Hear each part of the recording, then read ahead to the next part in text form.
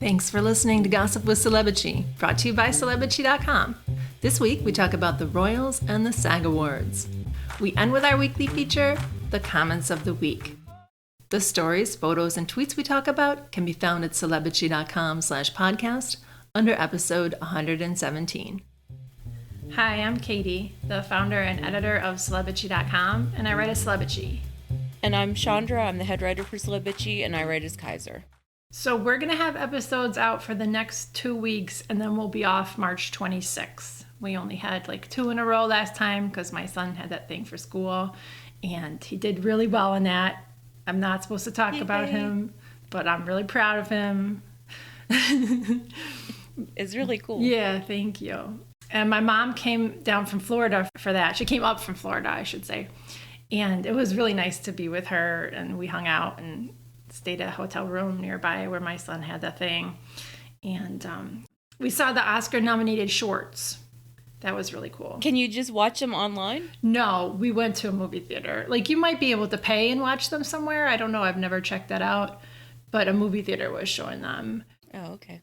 It was hard for her, for the ones that were in English, because she uses a caption device and it wasn't working.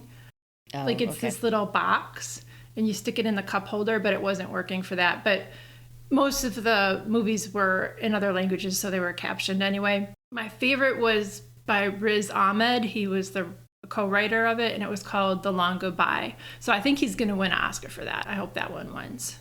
I hope so, too. Yeah. I love him. He was so good in this. I'm such a nerd. I was like clapping at the end of it. There were just 2 other groups of people in the movie theater, and I was like, yes, that was so good.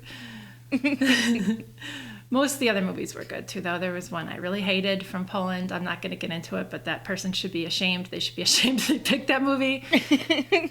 There was a Black Mirror type one about the prison system that was really powerful and good. So it was cool watching those. I'll go see those next year. It's nice only dealing with like 20 minutes of a movie, so if you don't like it, you're not stuck there, but most of them were pretty good. Like the length of a really long YouTube video or something. Yeah. So I saw Nightmare Alley, too. I saw that last night. I liked it. I remember you were talking about it, and you said you liked it, too. Yeah, I've gone into a lot of movies this year with very, like, low expectations or no expectations whatsoever, and I've been pleasantly surprised. I think I need to do that more. Just go into movies not expecting to enjoy it or anything like that. And that's like my life philosophy now. Oh, fuck it. This is going to suck. Yeah. Or, like, just, I'm not going to enjoy it. Maybe it's a good movie. Maybe it's not. I don't care. I'm pretty sure I'm not going to be into it. And then I am like, I'm surprised when I'm into it. Yeah. And that's how I felt about Nightmare Alley. I was like, oh, this is actually pretty good.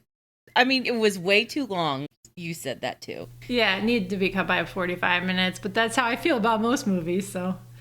I figured out where it was going at certain points. And I was like, well, they should have sped that up. Oh, God. I hear your cat crying. It's so loud. What? Yeah, I still liked it. Like, we won't give spoilers, but I still was like, the ending, the way it was delivered. Even though you saw it coming, it was still like, ooh. I thought Bradley Cooper did a good job. I thought Cate Blanchett was the best part of it. She was so creepy. She was bad. But, I mean, in a good way, you know. I liked Bradley Cooper. I would like to see him in more movies. He's a really good actor. I mean, if I'm really going to analyze it, I think he was wrong for the role, for the character. Who would you put in that role? Someone who's more of a hick. You know what I mean? Yeah. One of the lines, I'm not going to like quote it accurately, but he's called an Okie. And I'm like, yeah, but he's not. He didn't seem like that kind of personification of, oh, he's just an Okie con artist. I wanted to see his backstory beyond the little part that we saw. Like, was he in the war? So, but it was a cool movie. It was fun. Yeah, like half hour, 45 minutes it didn't need. But I'm not mad at it. Like, I watched it and did other things, and it was fine, you know? Me too. I was doing other things, but I was, like, sort of engaged with it. Yeah, and I saw House of Gucci. Like, I actually thought Gaga was good. And I thought Adam Driver was very good at it, too. Huh. And if it had just been about them, I think the movie would have worked a lot better. Okay. But there were these ridiculous, like, side stories. The scenes didn't need to be so long. The side stories involving Al Pacino and Jared Leto. Oh my God. I fucking hated him in this. I hate him in general, but yeah. Yeah, in general. He should not have been cast in that role, and the role should not have been as big as it was. How long was that movie? It was long. It was like a 2-hour, 40-minute movie, something like that. It was another one that should have been cut down by a good half hour, and just by like deleting almost every scene of Jared Leto. It was ridiculous. But yeah, Adam Driver, I thought, did a great job. He's a great actor, yeah. Now that I've seen it, I mostly think that the film was snubbed because it was too long and the tone problems were all over the place. Okay. It wasn't because Gaga and Adam were bad in it. They both gave good performances. Cool. There was sort of this thing, and I'm going to sound so mean, and I don't mean it in a mean way, but they kept talking about how beautiful Gaga's character was, and she wasn't styled that way. Yeah. I didn't really get it. I think Gaga is pretty. She's got a very unique look. But they were like, oh, she's Elizabeth Taylor. No, she's not. Nobody's Elizabeth Taylor except Elizabeth Taylor. Exactly. Maybe Angelina, but... Yeah, she's lovely. So you saw King Richard? Oh, King Richard, yeah. That was very good. Oh, nice. A lot of tennis history, which was really cool. They had to dumb down some things because, you know, not everyone is like a tennis fanatic. And so they're like, had to over-explain some stuff. There were like these little cameos by actors playing like a young Pete Sampras and a older John McEnroe. But the little girls, Demi Singleton and Sanaya, oh shit, I forget her name. Mm-hmm. The two little girls are wonderful. Aww. Like all of the young child actors they had were great. And I honestly thought Will Smith did a great job. This is another one where I didn't go in with like, oh, I'm going to love this movie. I'm going to love Will Smith's performance. I thought he was badly cast before I went into the film. And I was like, oh, okay. He really does work in that. He's a good actor. And I think he gets underrated because he does so much. You know, he's so ubiquitous. But yeah, he can act. I'll see it. I'll watch it. Yeah. And he did way too much around the promotion of the movie because he was promoting his memoir at the same time. And that was like totally TMI. Yeah, those Overkill. Two, him and his wife, are crazy. Like the amount that they tell. It's some strategy so that they can never be blackmailed by Scientology, but it's crazy. It is. It's got to be that. Come on. I've never thought of it that way. I just think that they just overshare compulsively just for no reason whatsoever. No, they don't want their auditing sessions with Scientology to get out, and if they do, they're like, oh, we already told it ourselves. So. Oh, and we aren't going to talk about this, but I'll just like mention it. Laverne Cox was wild on the SAG red carpet, and when Will Smith and Jada were up there, Laverne even said something about entanglements. So I watched it again. I saw you tweeted that because I wasn't paying full attention. Once I get the designer IDs, I just write it down and do something else during the red carpet. But I watched it again. I thought when you tweeted that, I was like, oh my God, she worked it into a conversation. Like, wouldn't that be crazy if you just dropped that word in something else? Like, that would be like something your friends put you up to. But she was complimenting them on Red Table Talk. And she was saying, oh, the entanglements. So at least she did it on the up and up. But when you wrote that, I was like, oh my God, she worked entanglements into a sentence.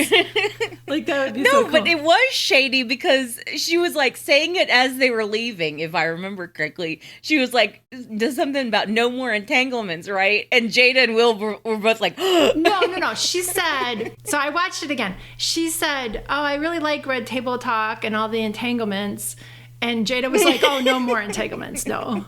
So she wasn't that shady. We can't wait for more Red Table Talk and more entanglements and no more entanglements. But it was awesome that she brought it up. That was bold, and she is perfect for that job. Yeah, she was good, and she was very watchable. Yeah, you could tell when she didn't really care about someone, but that was kind of fun too. Yeah, like she did not care about Kirsten Dunst whatsoever. She's good at that job. So We filled the writer position that we talked about a couple weeks ago, and we have Peridot writing for us now, so you can see her pieces on the site. Welcome to her. We're really excited to have her with us. Yay.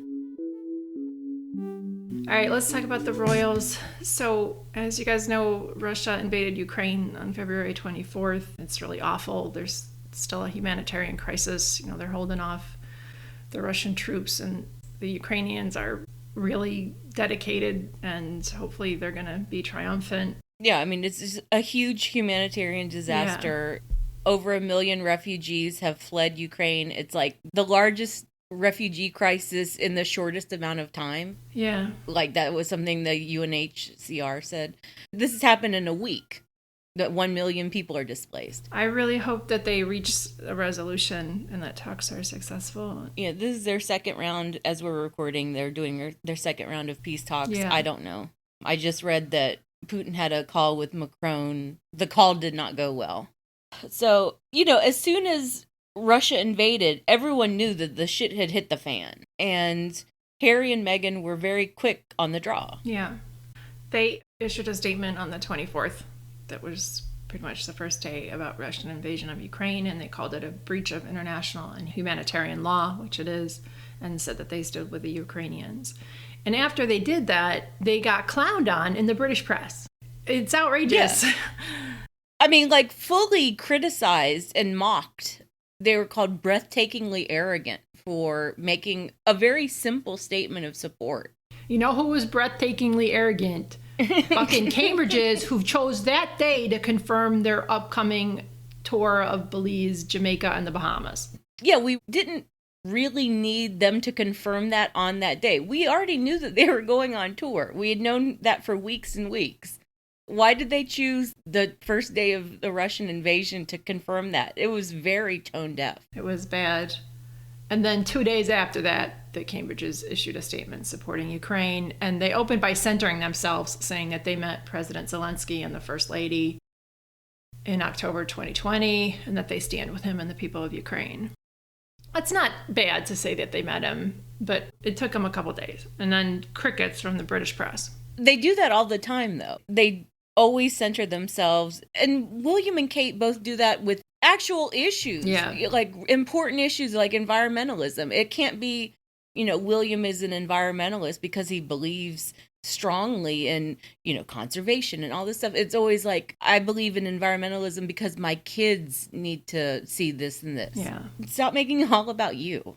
That's the only way they can relate to stuff, and they can't help but telegraph that. And then on March 1st, Prince Charles spoke about Ukraine in a speech, and he said that they're in solidarity with those who are resisting brutal aggression. I mean, it took the royals a while. They came out on the right side. It just took them a while.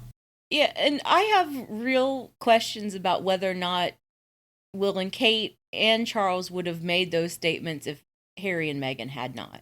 Maybe Charles, but would have Will and Kate? I don't think so. No. And then Charles and Camilla also donated personally to the Daily Mail's charity for Ukrainian refugees. And they're said to have given substantial donations. Yeah, and Charles also made sure to let people know that he donated to charities other than the Daily Mail's thing. Okay. Which I think was smart. Yeah. Like, Camilla made it all about the Daily Mail, which was weird. Sounds shady, too. Yeah. So last Saturday, Harry and Meghan got the President's Award at the NAACP Awards for their charity work. And they also announced a new award, the NAACP-Archewell Digital Civil Rights Award, which they gave to Dr. Safiya Omuja Noble, and she wrote Algorithms of Oppression. So that was pretty cool that they went there and they gave a speech. And every time I see them, they impress me. Like, their speech was way better than I expected. Yeah, they had practiced their speech, you could tell. They had rehearsed what they were going to say and who was going to take turns saying what.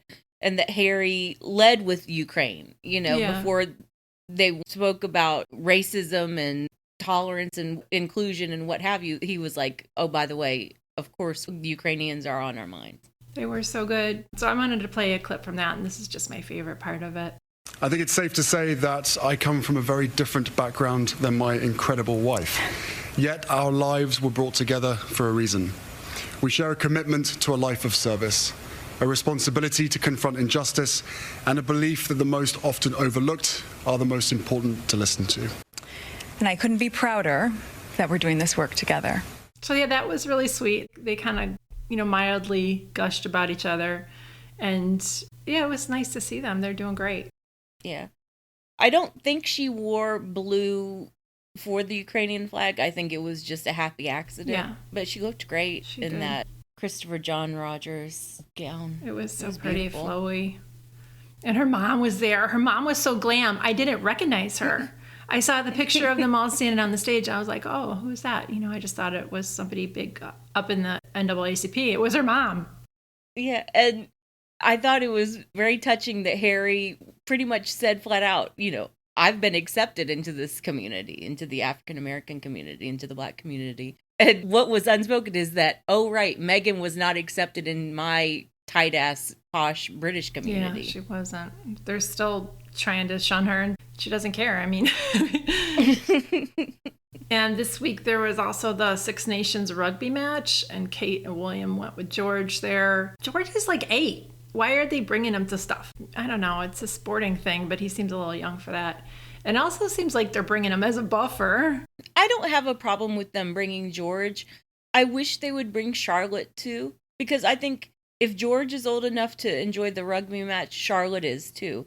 And I hate the idea that George is constantly being separated from his siblings. Because he's the heir, yeah. Yeah, but they're little kids. Don't separate them now, separate them later when they can understand why those separations are happening. Yeah.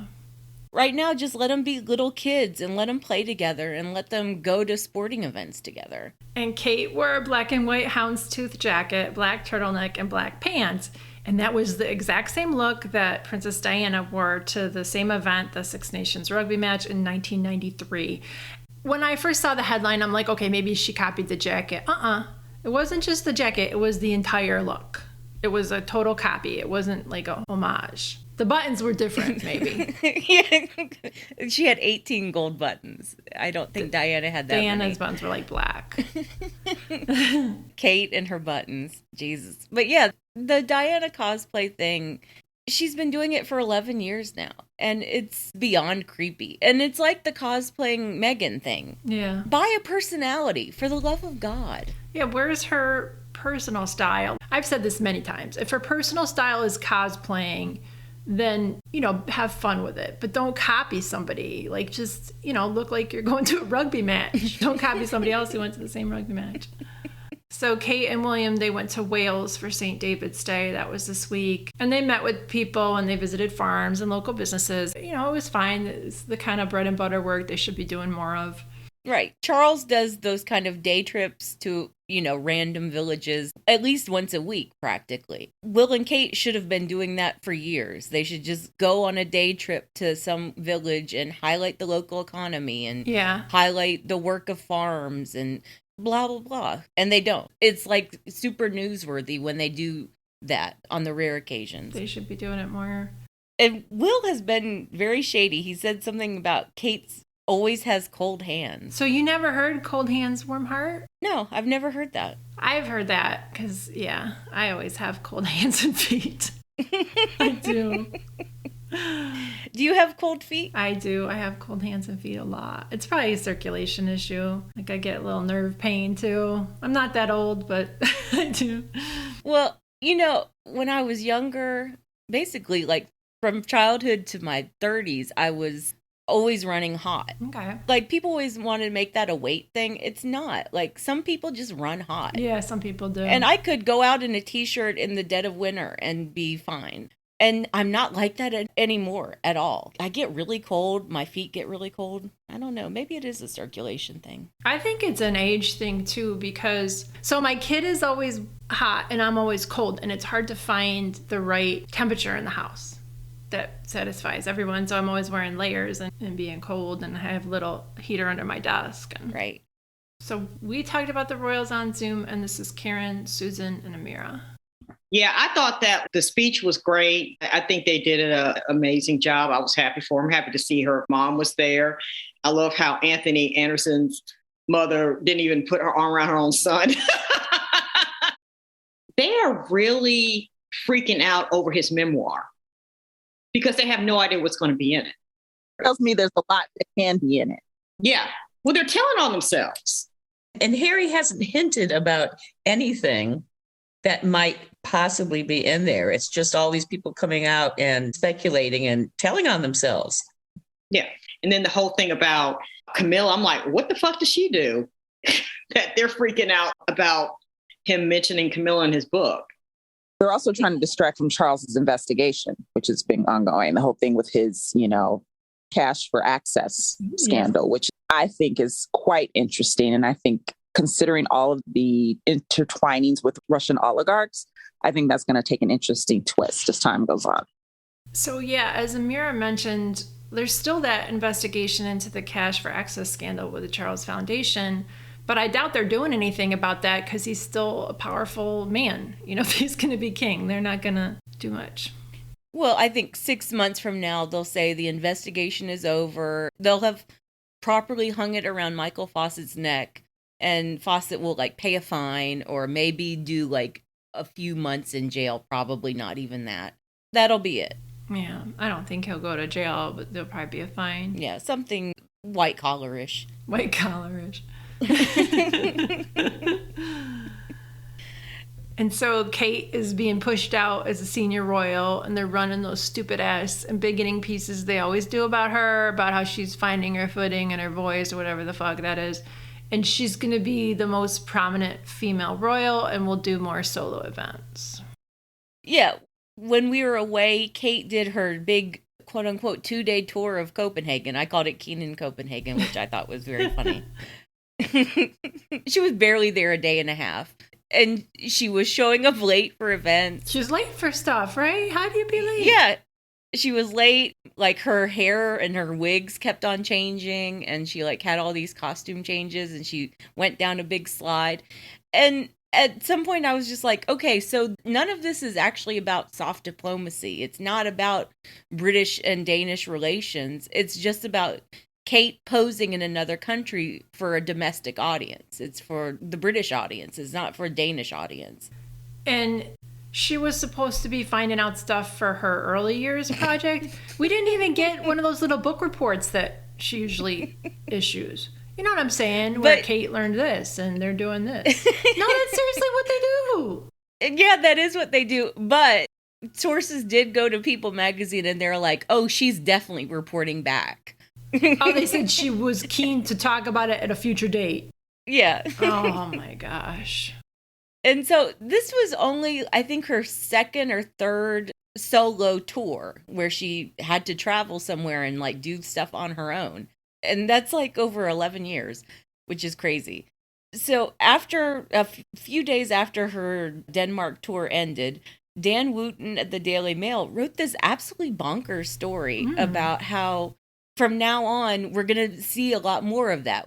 Kate going off and doing solo events and solo tours, and that William was fine with it. And, that's what we should expect from now on, that Kate is going to be pushed out into the spotlight and William is fine with it. And he knows that she's going to get more attention and blah, blah, blah. They're leaning very heavily into the Charles and Diana vibe of when their marriage was falling apart. And they couldn't stand to do events together anymore. This is curious because they're also floating all these stories about where they might move. Yeah. So they're trying to set up separate residences, and she's going to be doing more events on her own. And the thing about, the comparison to Charles and Diana is that when the Wales' marriage fell apart, Diana stayed in London. She stayed in Kensington Palace, and Charles just based himself at Highgrove because that was closer to Camilla.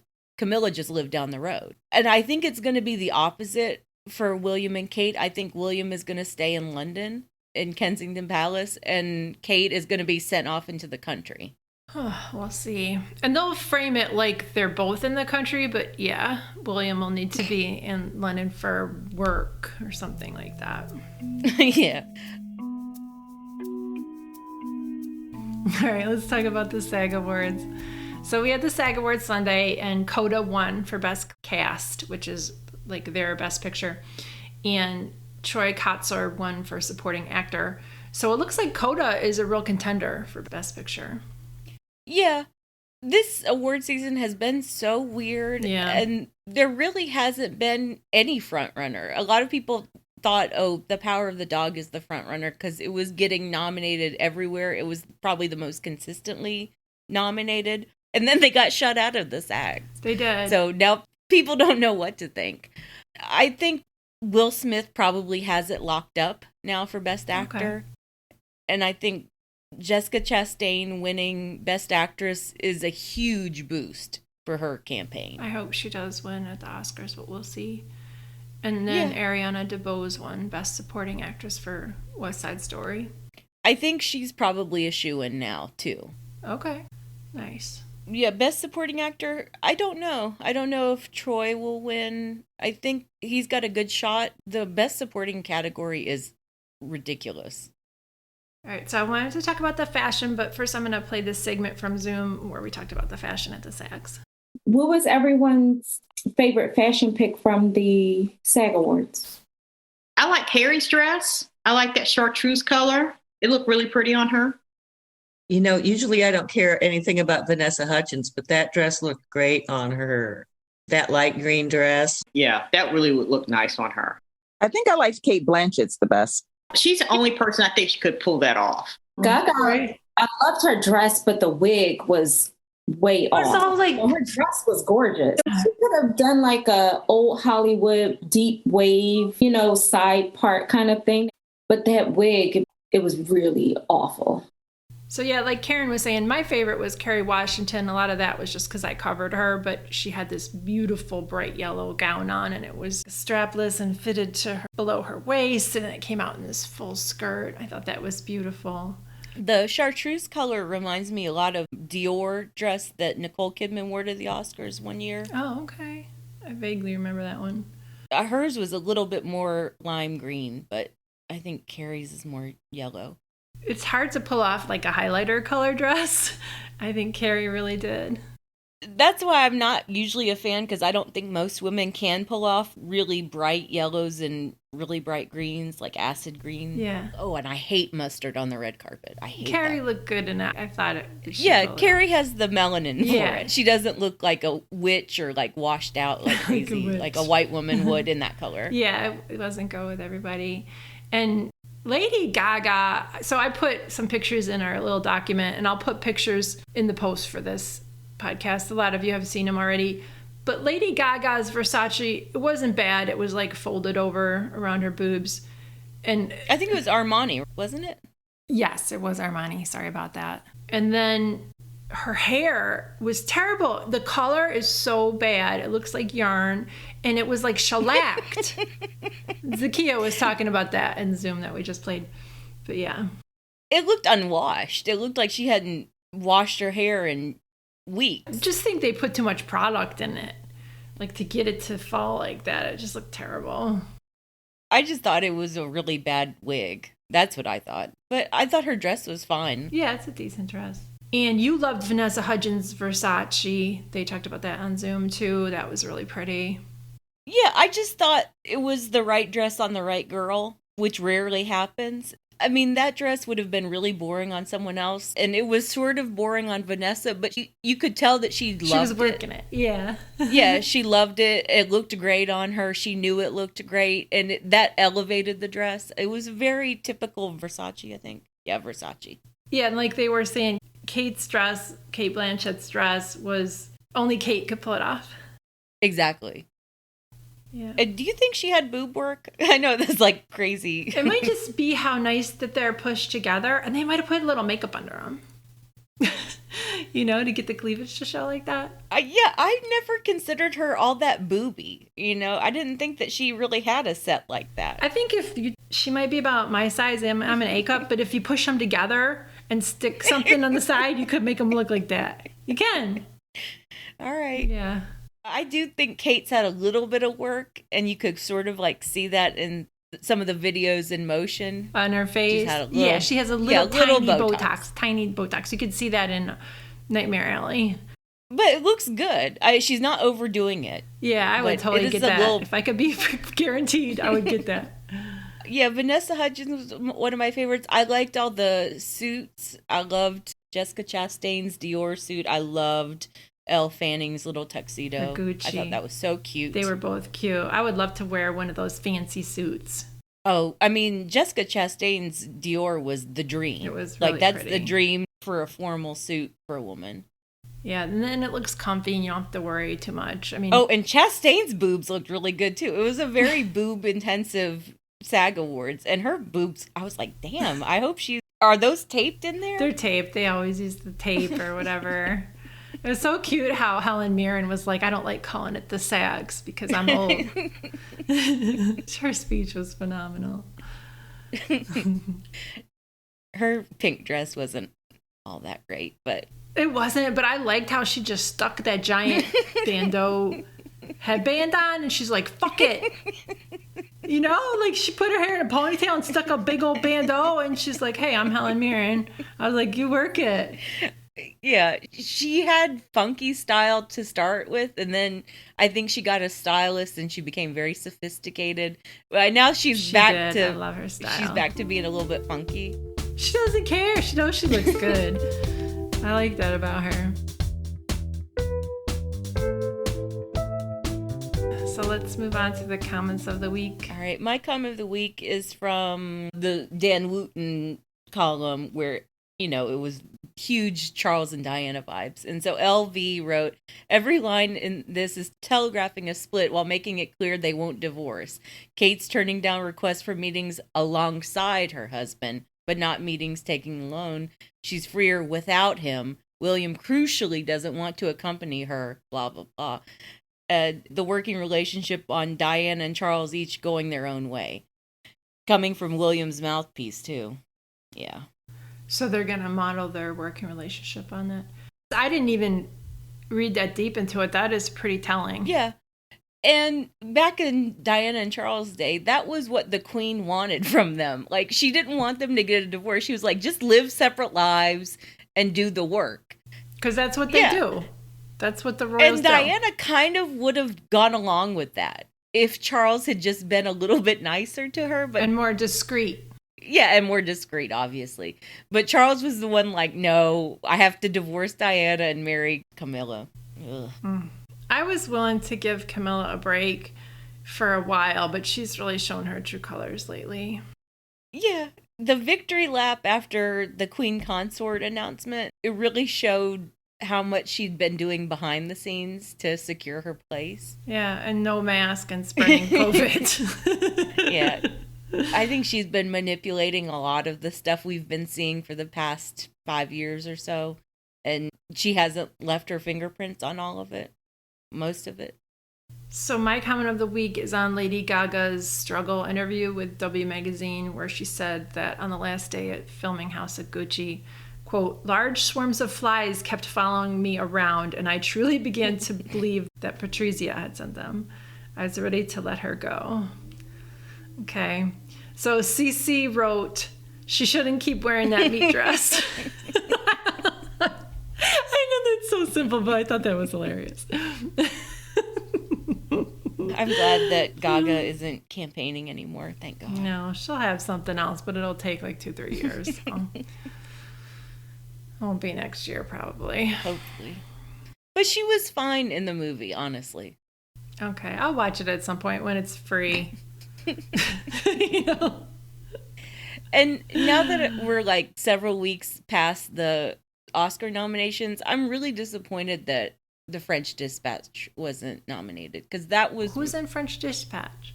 Jeffrey Wright, Owen Wilson, Tilda Swinton. I mean, it's a Wes Anderson movie, and I loved it. I forgot to watch it. I didn't watch it during the window when you gave me your... when you had It was one of my favorite movies of the year, and I think it deserved a Best Picture nomination, and I'm really upset that it didn't. So the other Anderson movie, the P.T. Anderson movie, Licorice Pizza, we haven't seen that yet. No, we can rent it, though. It costs $20. You're pointing to me when you say the $20. And you rented King Richard. You didn't tell me. I would have watched that. Well, it's cheap now. It's cheap on Vudu. It's $5, but still. Yeah. All right. Okay. So, yeah, if I rent it, I'll tell you. When it gets to $5. I have some stuff rented. I have The Eternals rented. I'm going to watch that over the weekend. That's free on HBO. I haven't seen it on HBO. Anyway. Oh, it might be on Disney Plus. It's free, though. Yeah, I don't have Disney Plus. And I rented the Japanese film, Drive My Car. Oh, that's on HBO now. That is definitely on HBO. Right, well, I rented it. Sorry. So. Okay. I'm looking forward to watching it, but it's like 3 hours. So I have to That's get a long ready, time to read. I know it. I hope they have it dubbed too. I like the dubbed one. All right. Well, thanks for listening, bitches. Thanks, bitches. Thank you for listening to the Celebrity Podcast. Please rate, review, and subscribe wherever you listen. If you like us, please turn off your ad blocker when you visit our site. You can text us or leave a voicemail at 434-218-3219. Our music is from AA Alto, Maiden, and via Premium Beat and Sound of Picture. Thanks again.